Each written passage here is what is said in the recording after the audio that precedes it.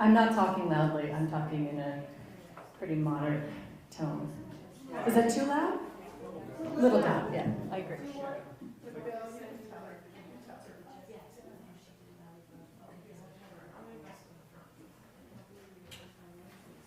Let's try this. How does that sound? That's good. Sounds good? It's beautiful. Yay! Sorry, I know. Welcome everyone. I'm Michelle Singer. I'm the Adult Programs Coordinator here at the Kellogg Hubbard Library. Thanks. It's my pleasure to have you here with us for PoemCity. I'm not going to take a lot of time for introductions because that's going to happen and I want the readers to have as much time as possible, but I do want to express my gratitude to Rootstock Publishing for partnering with us.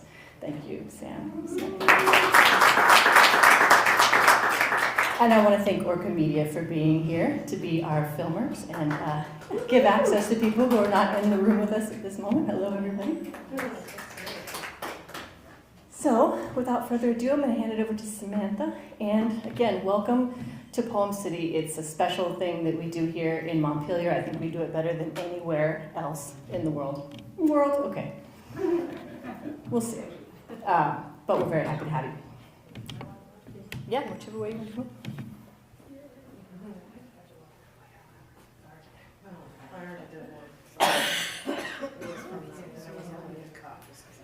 Thank you, everyone, for coming. Poetry on a Saturday afternoon. What could be better? Of sunshine, which started to come. So, thank you, Orca Media, for filming. Thank you, Kellogg Hubbard Library, for hosting. It's been great as Rootstock Publishing. My name is Samantha. I'm the owner and the publisher. And it's been great working with the library to be a sponsor of PoemCity this year. For those of you who might not know, we put together the PoemCity anthology. They have that for sale here. Most of the poets here are in it, except for Kim missed the deadline, but that's okay. She was busy getting her book together. So we do have 3 debut poets here today. Now I say debut, they've been writing and reading and sharing their poetry for decades, but this is the first time that they each have a printed book published by Rootstock. So we have Amy Allen of Shelburne. This is her debut chapbook. Chapbook means little book. You can see how thin it is, but it's mighty. Mountain Offerings. Poems very much about Vermont, nature, the human experience. I'll read a little bit about Amy Allen from her bio. As I said, she's from Shelburne. She was just named as the new Shelburne Poet Laureate, which I think is super cool, and I'd love to talk up to the library about making a Montpelier Poet Laureate. She'll be working with the community, with schools, with the library there to bring poetry to the community. Amy Allen studied English literature and creative writing at Skidmore College and at Drew University. Her poetry has been published in a variety of journals, including West Trade Review, The Right Launch, The Mountain Troubadour, Pine Row Press, and more. Sorry, I didn't read the whole list there. There's a lot. She lives in Shelburne with her husband, children, and dogs, and she enjoys time outdoors in the beautiful Green Mountain State. She owns All of the Right Words, a freelance writing and editing business, a profession that allows her the time to write for pleasure. So that we'll have, Amy will read first. I'm going to introduce all the poets, and then they'll come up to read. Next, we're going to have Mary Elder Jacobsen with her debut Stone Chat. Beautiful cover. These poems, this is more of a full-length collection because it's about 80 pages. These also span the human experience. You're going to find grief, you're going to find parenting, you're going to find nature. There are bird poems, though it's not specifically a book of bird poetry. And I'll read Mary's bio as well. Mary Elder Jacobsen was born in Washington, D.C. and grew up in Annapolis, Maryland. She holds a BA with honors in art. Is it Goucher College? Goucher College. Some words I don't always pronounce. This is what happens when, I've heard that when you're a precocious reader, like you learn to read at a young age, you don't always know how to pronounce them, and that was definitely me. And my daughter as well. We both were reading when we were 3. She holds a BA with honors, and then the MA from the writing seminars at Johns Hopkins University, where she was a teaching fellow, and an MFA in creative writing from the University of North Carolina at Greensboro. Her poems have appeared in various literary journals and have been selected for anthologies, radio, Poetry Daily, and other distinctions. She's a recipient of a Vermont Studio Center residency, and she lives in North Calais, Vermont, and Stone Chat is her debut. Our third poet, Kim Ward, from Montpelier. This is a lovely collection, Fire on a Circle. This is also her debut. I've known Kim, I think, ever since I moved to Montpelier. I think we've lived in Montpelier the same amount of times, 20 plus years. And at every open mic and poetry thing at Bear Pond, Kim was there, and I've always loved her poetry. I love all my Rootstock poets, but it's really been an honor to publish all three of these poets with their debuts. So let me read Kim's bio. Kim Ward is a poet, playwright, and visual and theater artist.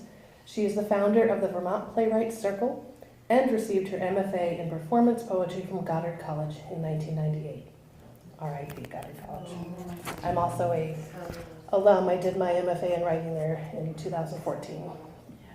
Her poetic play, Angel in the Fire, received the 1999 Playwrights Showcase Award by the Vermont Actors and Theaters Artists Association. Plenty of seats up front. Feel free to come and take a seat.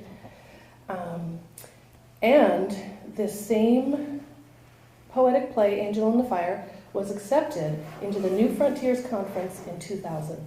She grew up in Vermont. Many of these poems are very Vermont-y, but they might show they're beautiful, but they also show a dark side. There's a lot of poems about addiction, poems about poverty, poems about motherhood and nature, but it's really growing up out of that darkness, and you'll hear from some of that today. She's lived in Montpelier for over 20 years, and she teaches English at Norwich University. As I said, these are my three Rootstock debut poets for April. We are publishing more poetry throughout the year. In the fall, we'll have a posthumous collection by Reuben Jackson. He signed with us in November. He sent over his collection to me in January, and as many of you may know, he passed in February. I'm going to move forward with his book. We are putting it together. He had already given me poetry and a picture for the cover, and a title, which is, it's blanking my mind, I didn't write it down. So stay tuned for that. If you'd like to sign up for my newsletter with Rootstock Publishing, I do have a form in the back, so you'll get notice when these new books are out.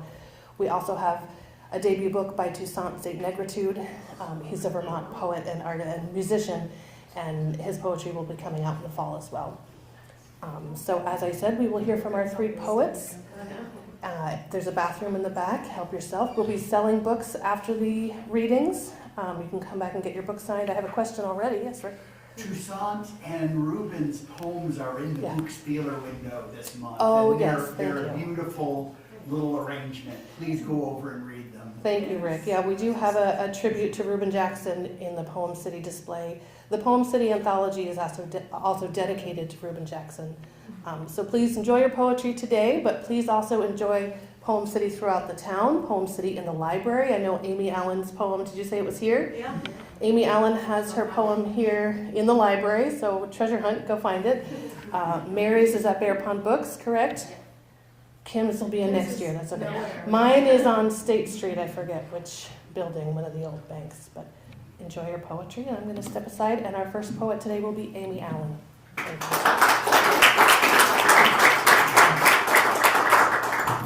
Thank you, Sam. Hi, everybody. Nice to see so many people on a Saturday when it finally stopped raining and you're inside to hear some poetry, which is really wonderful for all of us, I know. So thanks for being here.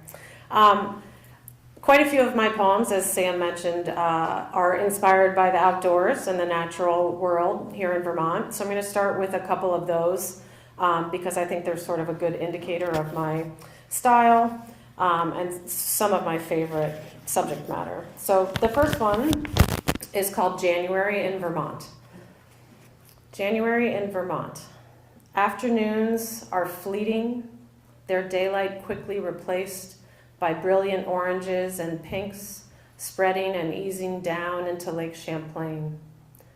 Soon a three-quarter moon takes stage, a spotlight on snow-covered hills, illuminating the journey as our car slips through wood stove smoke suspended above the pavement, like a phantom toll booth.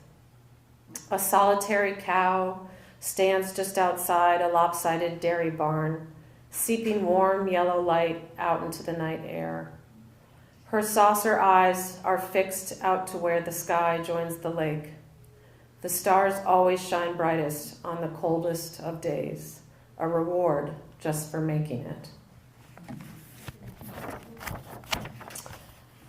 The next one I'll read is called Pilgrimage, and this poem was inspired by times, as Sam mentioned, I live in Shelburne, and I live out on, lucky enough to live out on Shelburne Point, which is such a narrow strip of land in between Shelburne Bay and Lake Champlain. And you can stand there and see water on both sides from certain parts. And there's so much preserved land there that's undeveloped, and it's just a bevy of wildlife. There's just so much to see, so many animals and so many birds. And my husband and I often sit outside in the evenings, and as the sun is setting, the birds go back and forth between the bay and the lake. And that inspired this poem, which is called Pilgrimage. People arrive by car, on foot and on bikes. Some bring dogs who chase frisbees and each other out into the lake's shallows, oblivious to the show before them. Some hold toddlers who mimic the oohs and ahs of the adults surrounding them. The lovers hold hands, their shoulders touching, heads tipped together. The teens hold up their phones, adjusting settings in a hurried quest to perfectly capture the glowing ball as it eases down into Lake Champlain. She prefers her spot alone in the woods, reclining on a flat rock, jacket balled under her head, surrounded by the pines and maples, the only soundtrack from the birds passing back and forth overhead in a sort of rushed commute. Their bellies are illuminated with golden light, the undersides of their wings aglow with the sun's final offering. She knows from the pinks and oranges visible through the trees the beauty that exists out on the horizon, but her pilgrimage is here in the margins, with a quiet shade and the reverence in knowing what can never be captured. Some of my other poems are about relationships, partnership, and also motherhood. And a couple of them are about my daughter. My daughter is 19 now, and she actually designed the cover for the book, which was fun. It was funny in the past, if you've worked with someone that's giving you copy and you're going back and forth with them, and not this isn't quite right, I want you to do this, but it's different when it's your child because you're still trying to be supportive, like when they bring home artwork growing up. And so I said, I really love what you're doing and I appreciate that you're doing this, but can you just alter it a little bit? And so we went back and forth till we got it quite right. But during COVID, she went through anorexia and nearly died. And I speak about this with her permission. She speaks very openly about it. She's thriving and on the other side, but it will be a lifelong thing that she will deal with. And she has spoken in front of her entire school and about it, and plans to make a career out of helping others. She's studying social work now. But I wrote a couple of poems during that time when she was in the hospital. We were at Dartmouth, and I spent 8 nights on a chair next to her bedside in the hospital. And so a couple poems came out of that, and I'll read one of those, which is called Monitors.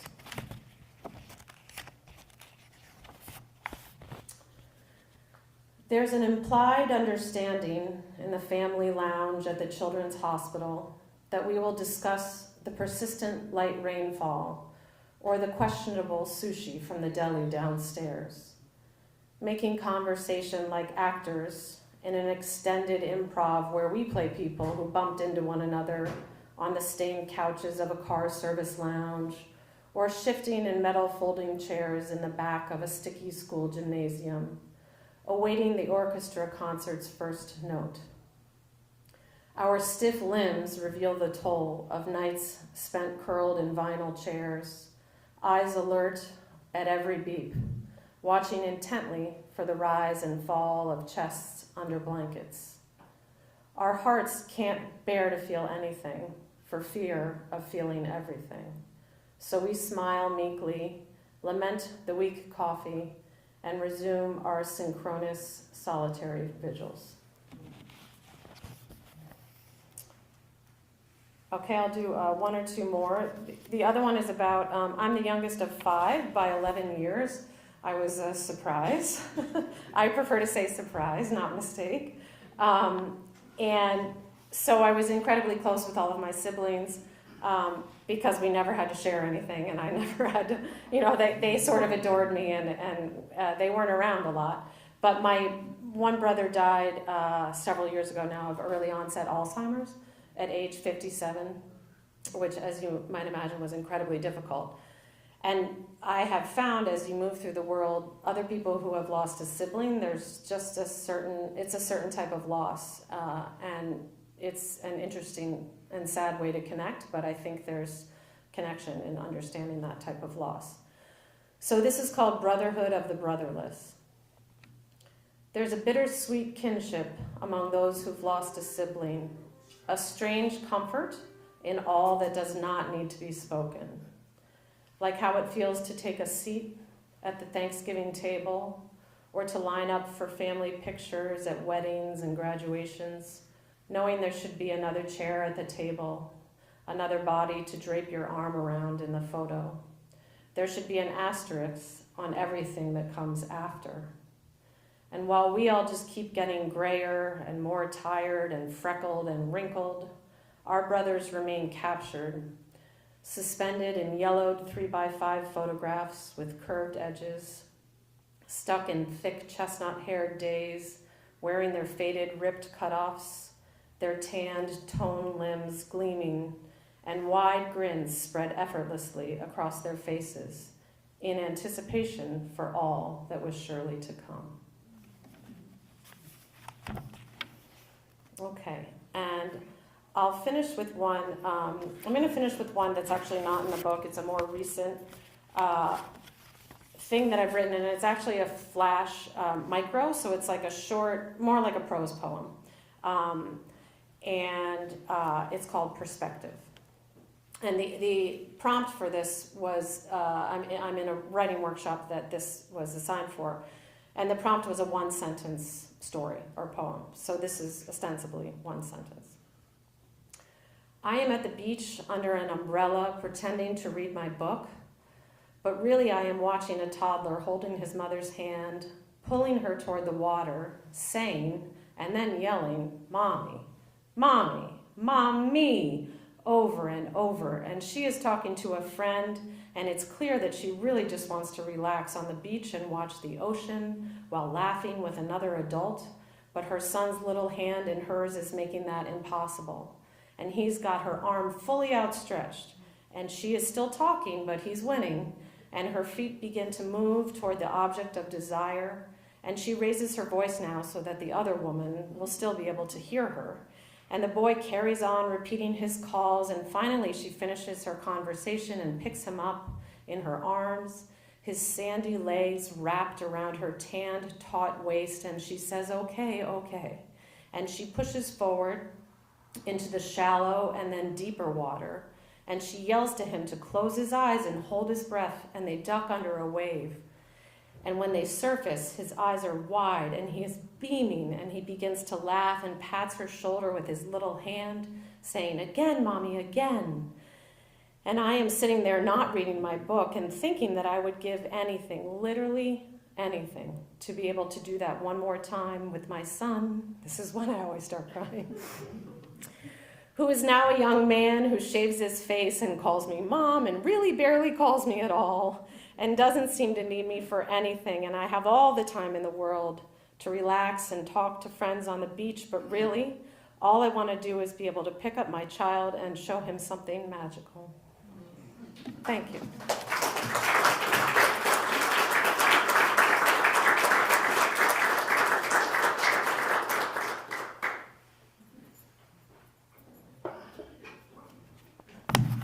Thanks, Amy. Let's get myself ready here.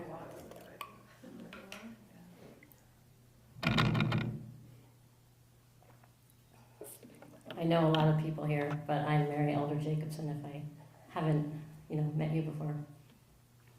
Nice to see so many faces that I know and new faces. I have notes so that I stay on track.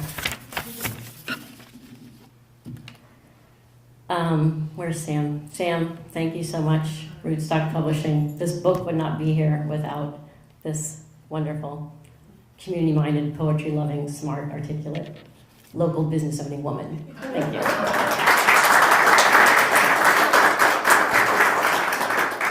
A lot of people have asked me, what is Stone Chat? Why is it called Stone Chat? So I thought I'd start with the title poem, Stone Chat.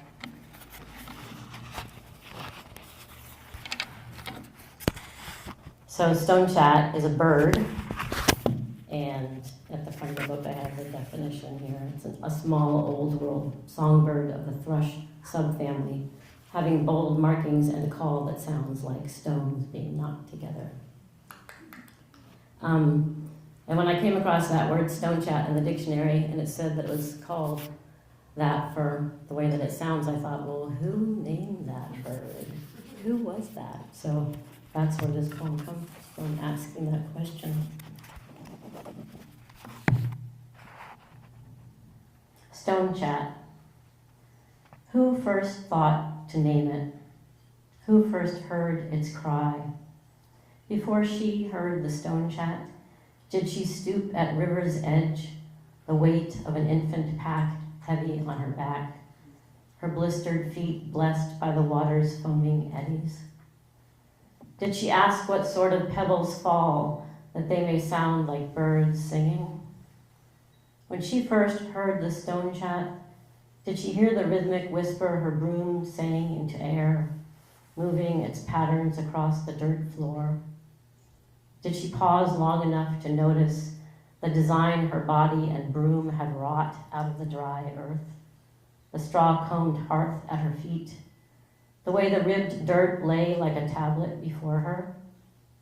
Perhaps it was then that she squatted down to trace her name in the blankness, then when she called the lines her own, connected sound to sight, and heard again the falling pebbles, their music drawing her eye to an open window through which she saw, on a wavering branch, small and copper-breasted, amid white flowers and dark berries, the song's true source, to which she listened, then wrote beside her name, Stone Chat, Stone Chat, Stone Chat.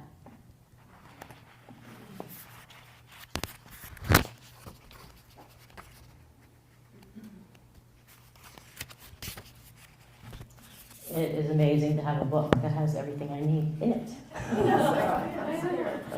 I did not have that bad dream last night where you leave your papers at home. This is a poem that's difficult. Whoops, we're good? Hello, hello? This is a poem that's difficult to read, but I'm losing it. It's really difficult to read. Am I jiggling the wire? I feel like it when you touched that here, it did that before. Is it? Oh, that sounds right.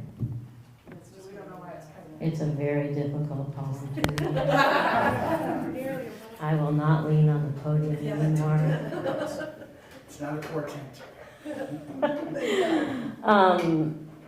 So in Stone Chat, that poem gives voice to a figure, a woman who names the bird. People talk about having to find your voice as a writer, and I feel like you have to find your voices. I've been discovering many voices in my work.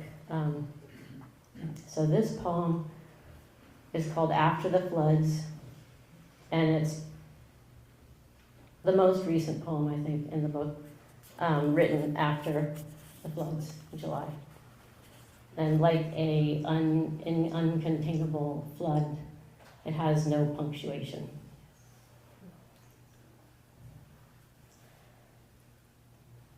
After the floods. I should say, sorry, this is a poem of and for Vermont. After the floods. Where went the sky that emptied itself into the green mountains? Who moved the mountains that emptied themselves into the rivers? Fast flowed the rivers that emptied themselves into the roads.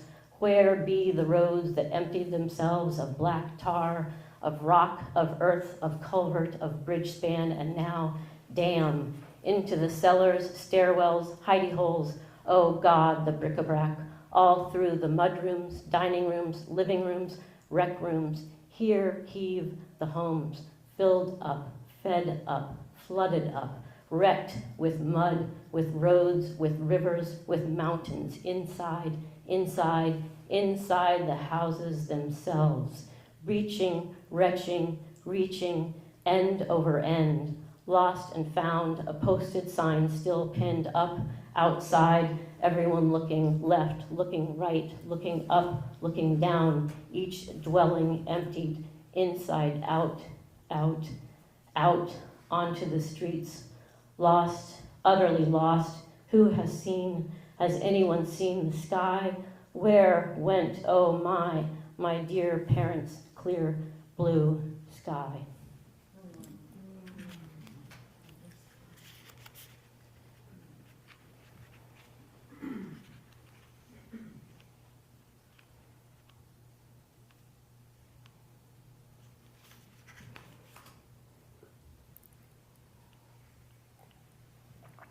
Yes, I am shaking a little bit. Now, on to something else. I always kind of envied guitar players because they can sit there and tune while they're coming up with the next song. So I'm just going to retune a little bit and have a different energy here. So here's another Vermont poem, a Montpelier poem. A few years ago, they were getting ready to completely restore the dome on the State House and of our capital city, and I was captivated by that. So, with a nod to everything that's beautiful about Montpelier and how we take care of things, this poem is Ode to Ceres and Her Golden Dome. So they were regilding the dome with gold leaf, or about to. Before the regilders can touch up the dome, to match the gold that Ceres stands upon, they'll have to find the just right leaf, in sheen and tone, the glint and hue of hillsides, autumn afternoons, old pastures guilty with goldenrod or proud with grain, Monet's deft touch, end of summer brushwork, mounded haystacks, and oh, right here, that shimmering hour when tucked in farms nod to dusk as sun bends down to kiss Vermont, the light gilding acres and acres of burnished wheat, timothy, rye, even the yellow gold surprise of fresh shucked corn stacked nearly too high up on kitchen tables by eager children who must wait, bright bits of corn silk clinging to their blue dungarees.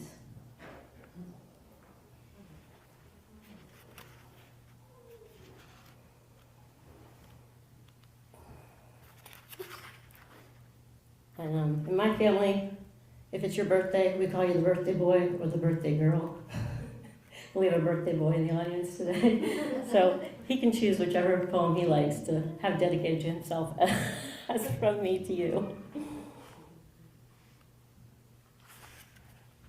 This is a little poem. Sometimes I like to become something else and not have it be my voice, but have it be another voice.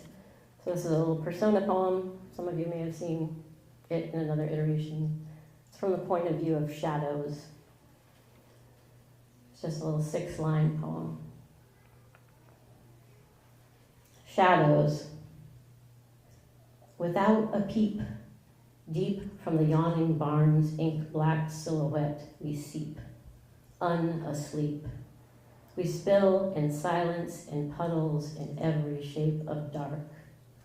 We curl up tight at your feet, then wait to pad about all day, proverbial cats pacing the path, mute as the marks beneath cat's practiced paws.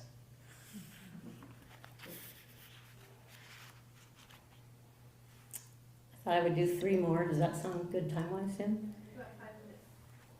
I have 5 minutes? I might leave one out then.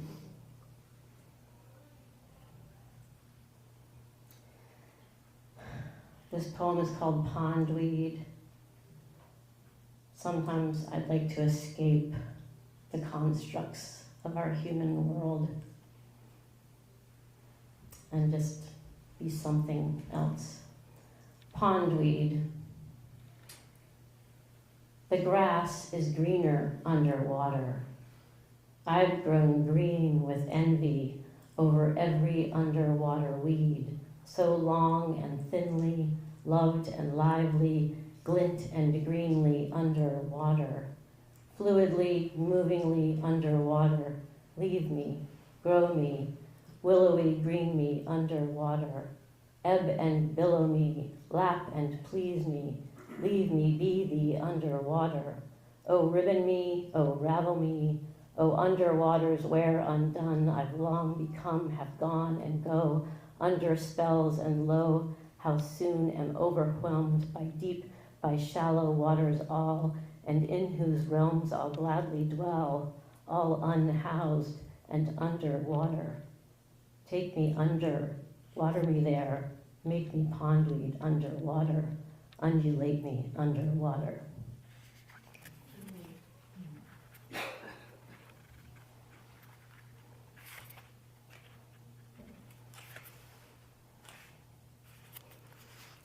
I think I'll close with this poem.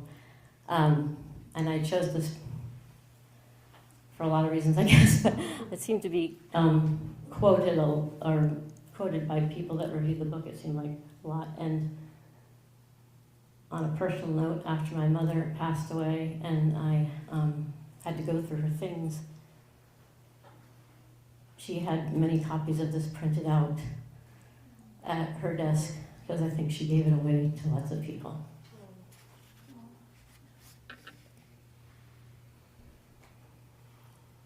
Why I still write. Because on Monday, I am not a Syrian refugee, fleeing with nothing but my name, lost on a 2-year-long waiting list to safety.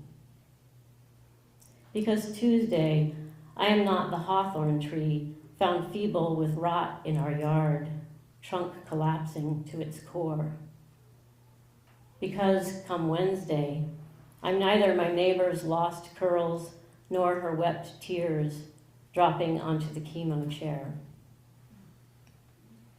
Because these late September temperatures never did plummet as predicted by Thursday, and I can't forget to plunge again into the piercing lake to swim once more, deliriously numb. Because on Friday morning, not another soul in my garden, I worked leaf litter into loss, kneading the earth while kneeling down, grateful to have known the hawthorn, its blossom and its thorn. Because we can't even fathom an age as old as Saturn's, 4.5 billion years, yet already, before it's over, we've begun to miss this day, the one we've just been given, and the one after that. Because on Sunday, after nightfall, we sit under dark skies on our wobbly outdoor lawn chairs, their old joints creaking, the wood silvering to gray, all of us waiting together, mother, father, and son on the cusp of adulthood, warm under blankets, the air growing cool, our puppy roving from lap to lap, wondering what's up as we speak or don't speak.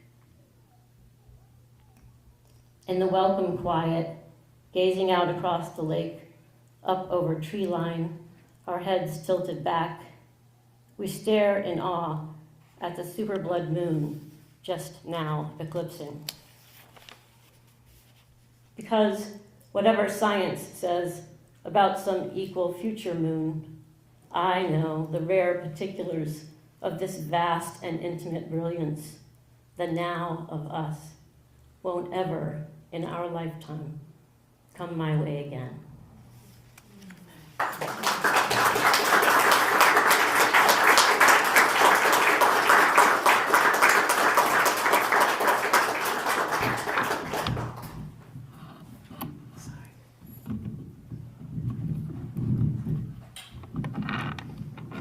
Who knows, right? Who knows? Do what we can, but do what we can.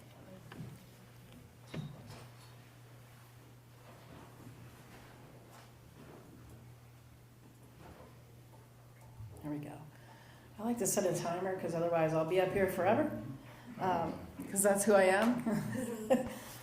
Thanks to everybody for coming today. And it's so lovely to be able to read with these two amazing poets and be part of Poetry Month. It's exciting, and I would definitely echo thank yous to Sam for all her amazing work to put the kind of books out that Rootstock is putting out, poetry or otherwise. It's a real gift, so I appreciate it. Maybe this isn't done, but I'm going to read a poem that's not in the book to start with. I read it the other night at our LGBTQ reading, and it's because it was recently a solar eclipse, so I felt like I had to read it.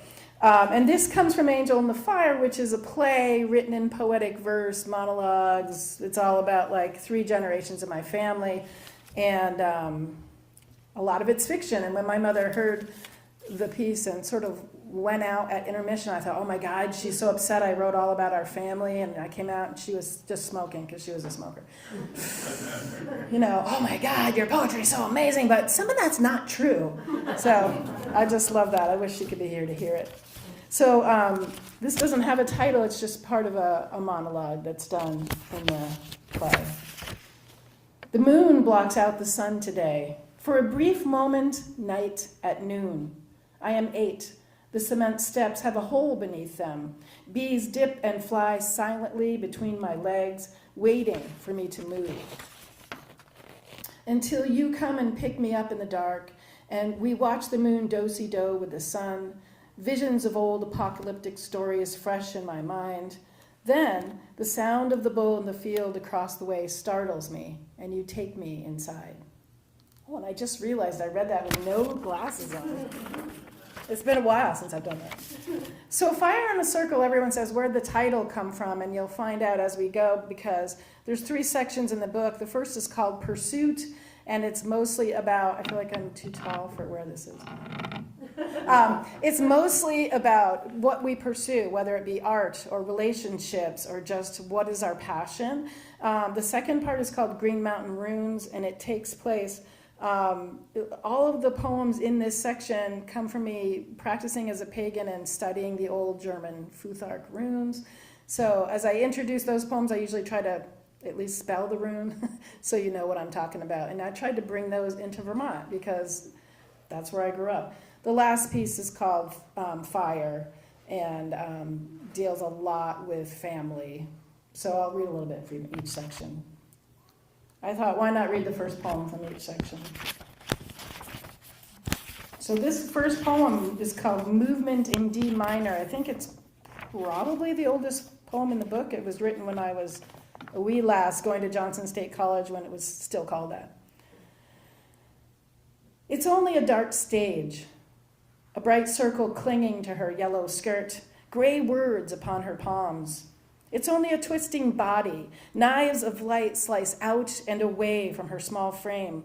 It's only one short step out of that safety where she sways to the chanting of the unseen crowd. She leaps off the wooden cliff into the darkness, yellow skirt lifted above her head like a leaf storm. That's definitely about performing. That is my passion and always has been. Someone was talking about like when they started to read, Sam, like I don't remember. I think I learned to read in the womb because I do not remember. And always was writing and making little stapled books and giving them to people. So having one that's not just stapled is kind of fun. So I was with my partner for about 17 and a half years. She's still my person, but we haven't killed each other because we don't live together anymore. And so a ton of the poems in the beginning are about our relationship or being in love, but they're also about depression, which she struggles with a lot. So this is called Your Turn. It's a hard rock surrounds me. I cut it myself, eons of work. I slide downward, ever aware as the balm of silence grows. While you hang above, lean precariously into my deep well. Your voice knocks the slippery walls. Don't worry, I'll be here when you come up. The encircling breeze turns your hair into a torrent of wings.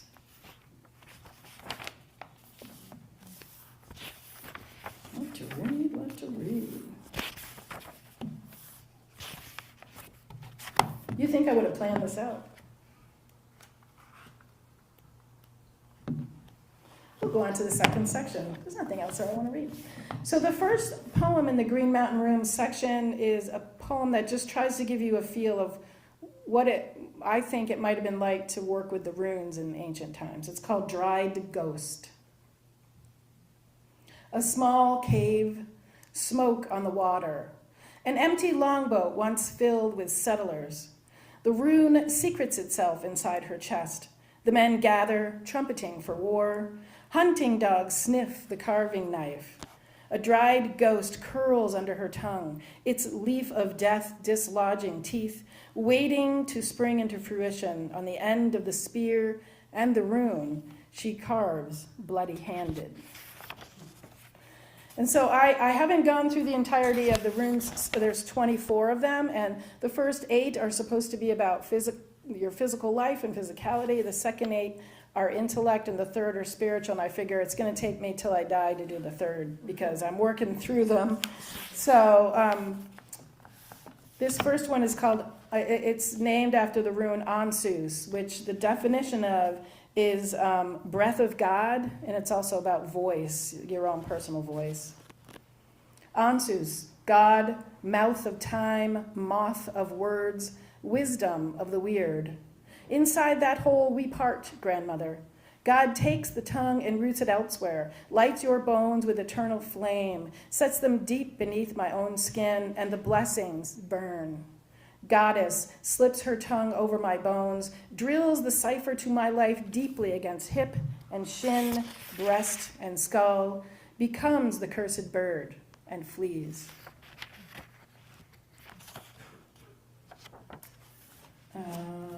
Thurizaz. Thurizaz it stands for thorn, but when used in numbers, in 3 times in a row, it's supposed to help you cast a spell. Thurizaz, giant, I hear your steps in the forest of dawn. Thurizaz, thorn that pricks my rib with glee. Thurizaz, transformation of the very flesh inside of me. Transformation happens when the thorn pricks the thumb. Transformation, that sticky seed of the giant. Transformation, the thrice cursed bird. And the wind blows and the thunder rocks as you move into night, into wings of the bird. And when the crow cries 3 times, I know it is you. So what I tried to do is, for a long time I did these individual stanzas which are loosely based on the structure of the Eddie runes. And then I started moving into doing things that were more directly connected to me. So this is called Green Mountain Runes. Great grandmother, beginning with your bare Irish feet, standing on Abenaki backs, you walked from rune to rune. Fehu, cattle was the first. Fehu, prosperity, which first generation meant sheep, more sheep than one woman could shear and not go bleary-eyed and bloody-handed home. The gold of the hills propped you up when you walked the rolling turf up Snipe Island Road, when the barns had yet to cure, much less sag. Today, I walk amidst an upturned corpse of wood and hay. The foundation is filled with rusting scythes and old plows, and in the field above, the graves are full. You moved on to Nauthez, that greasy little rune full of vicious joy and taking, if you don't watch him. I stand before your tombstone. Below us, the highway prances like a nest of ticks. The falling dark pulls yellow's fool's gold from the city on the horizon as it sparks to light. I wrote that poem for my grandmother, and she grew up on a 250-acre farm in Richmond, to which she said when the 1927 flood happened, everyone definitely came to their place because it was the highest place in town. And so, I skipped. So I'll read you the poem that has to do with the title. You'll hear where the title came from. And the poem is called Rido. And Rido means journey, but it's more than that when you journey to find yourself. Rido, wheel of days, crushes a month of thunder beneath its heel. The journey is pleasure, while the world is a flame I follow. I dip myself in the waters of the rains, live off of the land, and land I travel is strange. Give me the hand you once held out, Rido. Let my horse slow only when it is at the end of our trail, so that I may know to stop. The pursuit is fire on a circle, water anointing my bare head, and the clear aster of a new moon sky blazing blackly above. I'm going to be careful to read this one important poem today because Anne is here and she wanted me to read it last time and I didn't. So the last section of the book is fire, and a lot of these poems are definitely just about growing up in Vermont. And this first one, it actually got published right after our last Hurricane Irene, which is ironic, that's my grandmother's name. But it's not about that hurricane, it's about one my mother experienced when she was 8. Hurricane in Vermont. After the hurricane, we went out to help our neighbors. In the dawn, the moon was just a sliver, sharp and small. The cows beneath the collapsed barn called out like an anguished village and were silenced with each successive blow from Daddy's shotgun. Little light reading. And I would say, this is the title poem from the play that I did for my MFA at Goddard, Rest in Peace. We've been knowing that's unfortunately been coming for a while.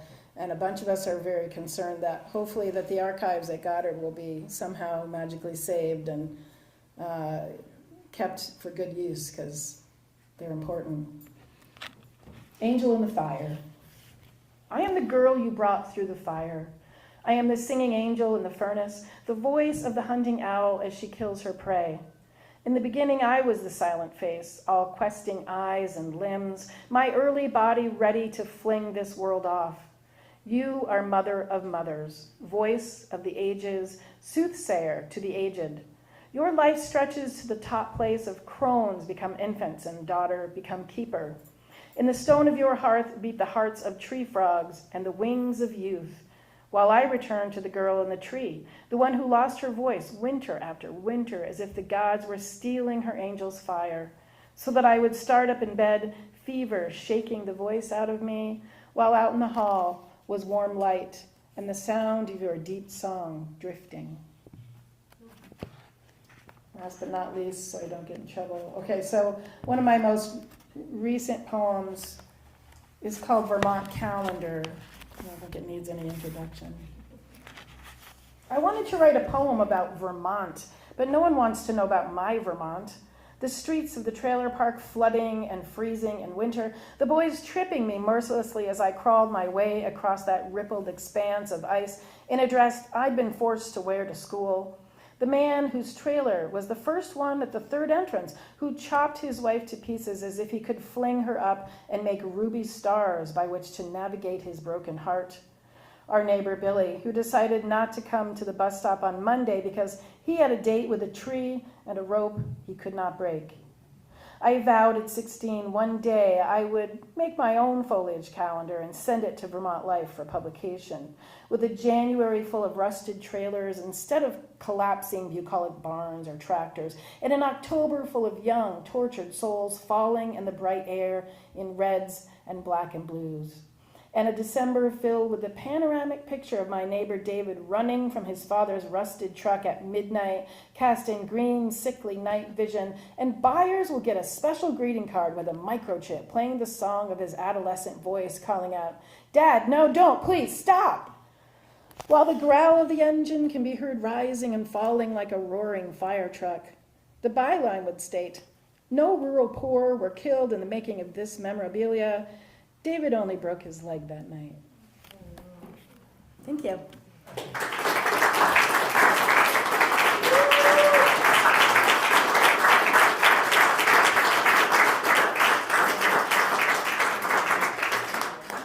Thank you. I forgot to mention, we can do a Q&A, so if anybody has questions for our poets, they can come up and answer them.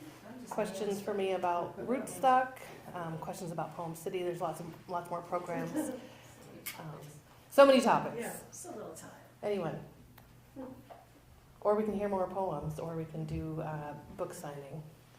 But if anyone has anything, speak now or forever hold your peace. Oh, there's a hand, yes. Okay, I'd like to ask the poets who their literary influences are. So come on up here, poets, and each take a turn about your literary influences. Yeah, you can also sit together. Talk amongst yourselves. Well, you can go. Oh, I can go first. Everybody. Right? Perfect answer for a library. I almost brought some Wallace Stevens with me because a lot of people, when I say I love Wallace Stevens, they're like, ugh. And I'm like, oh my God, he's brilliant. I also discovered Ellen Bryant Voigt in the library at Johnson State when like only her first book, I think, was out. Tons of, women poets. I was like, oh, women can write poetry too? Yeah. But tons of people, yeah. So Ellen Bryant Voigt was one that I was going to mention too, and then also Barry Goldenson, who I studied with at Skidmore and went to Goddard, and actually I saw was published in some of their literary journals that they're trying to preserve. And then also David Budbill, another Vermont poet who I got to work with at a workshop, which was a blessing. But so a lot of Vermont poets for sure. Yeah. How about you, Mary? That's a tough one. I'm going to say Maurice Sendak and Mother Goose and folk songs of the 1960s were my earliest. Nice. Good answer. Yeah. Love everything. I attribute Shel Silverstein and I'm blanking on her name. There's a children's book called The Giant Jam Sandwich. But Janet Burraway is her name. She's a fiction author, actually. Those books for me as a kid, I think, made me a poet. But yeah. Any other questions for our poets? Okay. Thank you so much for listening, everyone. Please join us in the back for books and signing. Could you take a picture of all of us? Oh, I love it. Could you do a quick picture of all of us? I dressed up. You did? In my jeans. I'm in jeans. They're just white. I know, I put on my fancy top. This is what I do on Fridays at school because I don't want to dress up anymore. Understand.